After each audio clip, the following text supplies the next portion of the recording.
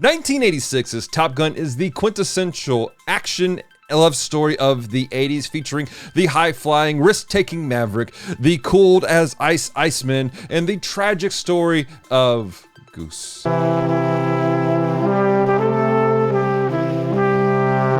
The tragic loss of Goose is what causes our main character Maverick to have a crisis of faith, if you will. As he deals with tragedy, as he deals with grief and guilt, he has to walk through this and at the same time ask himself, am I still fit to fly? Am I still fit to fight?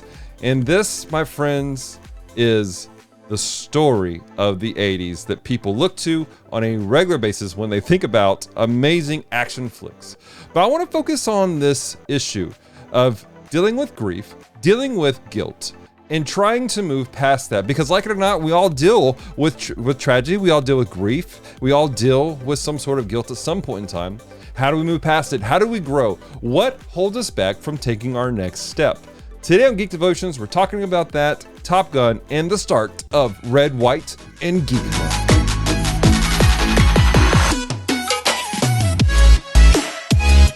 Hello, Devoted Geeks. Welcome to Geek Devotions, a show from Devoted Geeks who are devoted to letting you know that you're loved. I'm Dallas. I'm so glad you hit the play button today. If you're new to our show, we take geek pop culture items like movies, video games, comic books, and we use them to let people know the love. So if you don't watch past this moment, know this. We love you. We care about you. There's a plan and a purpose for your life.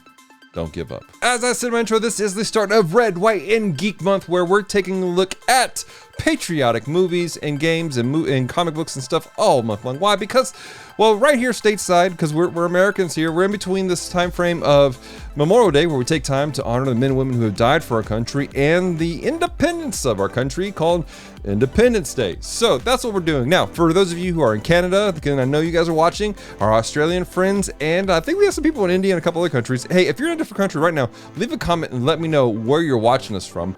But hey, I promise you, everything we say is going to be applicable to you. Everything's going to be laid out in a way that it's not just America. I mean, we're proud to be Americans, but hey, we're Christians first. We love you guys so much, and that's what the point of this show is. Now, like I said, we're taking a look at Top Gun today because, guys, algorithm, but also, honestly, when you think about patriotic movies, a lot of people like to think about Top Gun. This is a action-packed, literally high-flying adventure about the U.S. Navy and their fighter pilots, and it's a really fascinating movie. It's interesting. It is literally like when you think 80s, this is in the list of like the top movies of the 80s that everyone thinks about. But in it, like I said, there's this interesting story about grief and guilt and having to deal with that. And our main character in the movie, Maverick, is really struggling. Throughout the entirety of the movie, he is overconfident, he is zealous, he wants to be the very, very best, to prove himself, to be what they called the Top Gun. Now, the problem with that is every step of the way, he takes risks and he puts himself in danger, and he puts his partner, which is called a Rio,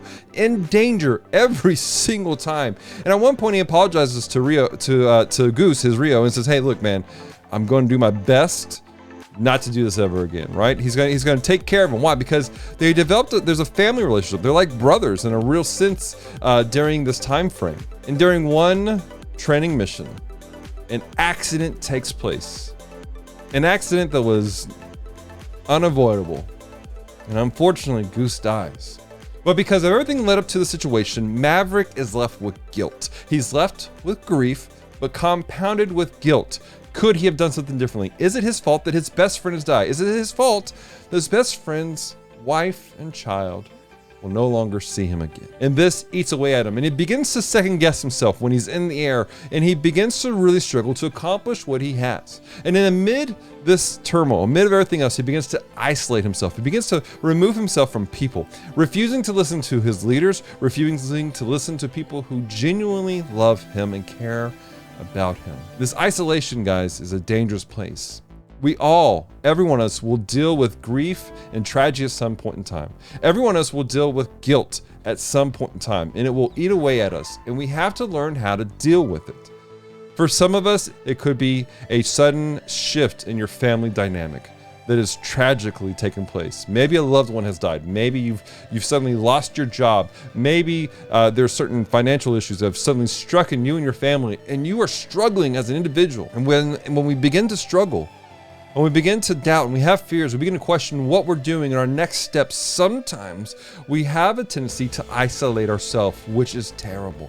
Because in isolation is where the thoughts and doubts begin to really sink in.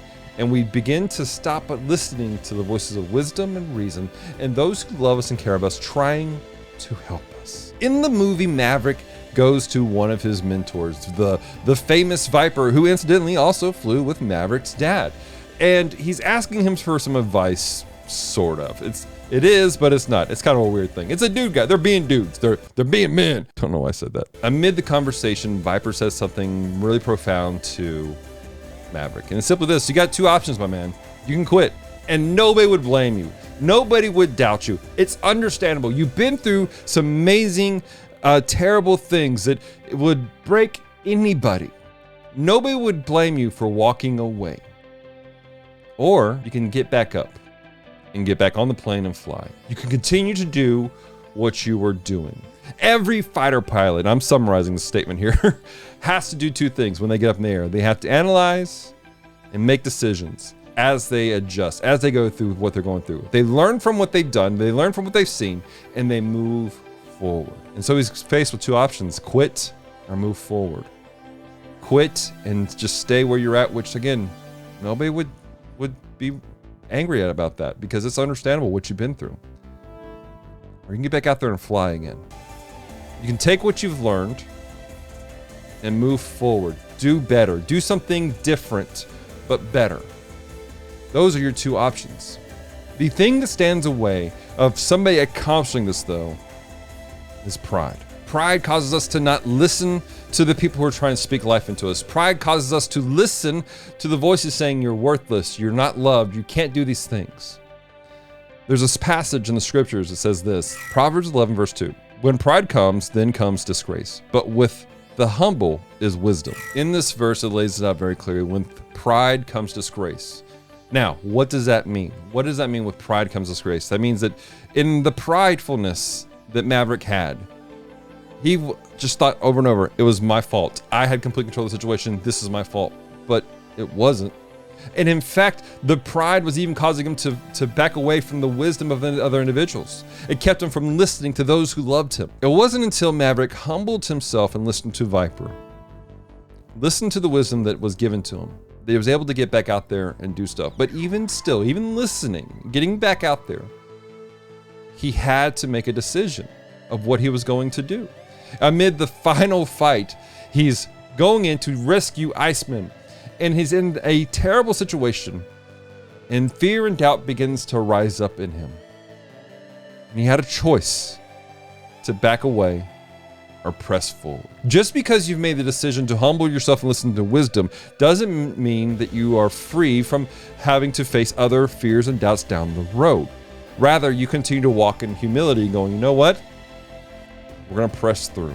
I'm going to trust that God's going to help me through the situation. I'm going to trust the things that have been given to me, the training that's been given to me, the words that have been spoken into my life. I'm going to walk through this and move to my next step. I want to encourage you, those of you listening, perhaps you've dealt with some tragedy, you've lost someone, you've experienced some great defeats in your life as of late. Perhaps you're going through some financial ruin right now. Perhaps you are really questioning what's taking place around you. You're not sure what you can do. Humble yourself. Lean into the Lord. Pray. Read the word. Seek him in these matters. Seek wise counsel with other people, mature individuals who will pray with you, encourage you, give you good wisdom. Trust that God's going to take care of you as you take your next step. Do not let this fear overwhelm you today. Press forward and trust in God. Question of the day, what is your favorite 80s action film? Second question of the day, what's your favorite patriotic movie, video game, or comic book? Leave a comment down below. Let me know what your answers are because, to be honest, they may end up being part of Geek Devotions in the near future. While I have your attention, though, I do want to give a special thank you to all of our devoted Patreon geeks who take care of us here at Geek Devotions. Thanks to their help of as little as $1 a month, they help us to keep the lights on. They help us pay for our website, our podcasts, equipment, all kinds of stuff. And you see them on the screen right now. If you would like to become a devoted Patreon geek, visit geekdevotions.com. Check out our support support page where you can find our Patreon page. You can find you get the ability to give a one-time gift, or if you would like to, an Amazon wish list where you can help us obtain certain equipment to help make these things a lot better. Already, some of our amazing devoted Patreon geeks and devoted geeks have taken care of us in a lot of big ways. In fact, the camera that you're watching me on right now that I'm filming this with was a gift from one of our amazing geeks that are out there, and we appreciate you guys, and we love you guys so much, and so thankful for your support of Geek Devotions and what we are doing here. Also, invite you guys to be part of our community. We have a Facebook page called Geek Devotions, but we have a community page called Devoted Geek Life, where there are all kinds of great geeks in there who want to encourage you, they want to pray with you, they want to do life with you, they want to talk about geeky stuff. So make sure you guys jump over to that. Also check out our Discord, Twitter, and all the good stuff.